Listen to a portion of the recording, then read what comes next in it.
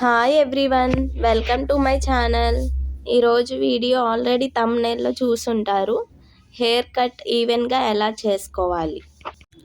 First హెయిర్ని మీరు hair style ఎలా వేసుకుంటారో అలా వేసుకోండి. అంటే మీరు ప్లక్కర్ యూస్ చేస్తే ప్లక్కర్ పెట్టి పోనీనే పెట్టాలి. బట్ మీరు ప్లక్కర్ యూస్ చేస్తే ప్లక్కర్ యూస్ చేసి పోనీ పెట్టండి. ఆర్ ఎల్స్ నార్మల్గా వేసుకునేటట్టయితే నార్మల్గా పోనీ పెట్టేయండి. కొంతమంది హెయిర్ లాంగ్ని షార్ట్ ఎందుకు చేస్తున్నారు అనుకుంటారు.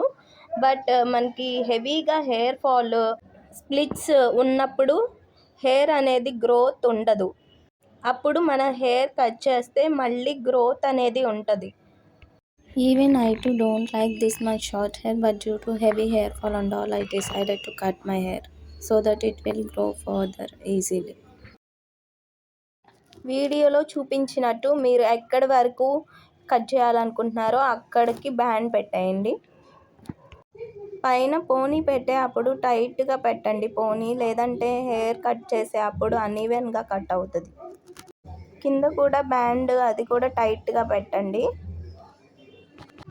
సిజరు షార్ప్ ఉన్న సిజర్ తీసుకోండి, ఎందుకంటే మళ్ళీ అన్ఈవెన్గా కట్ అయ్యే ఛాన్స్ ఉంటుంది సిజర్ షార్ప్ లేకపోతే.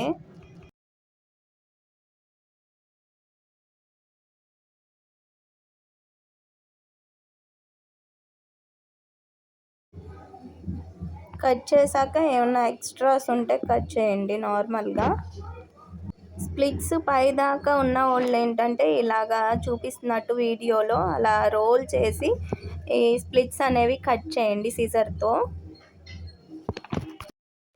Hope you like the video. If you like the video, do like, share and subscribe to my channel for more videos.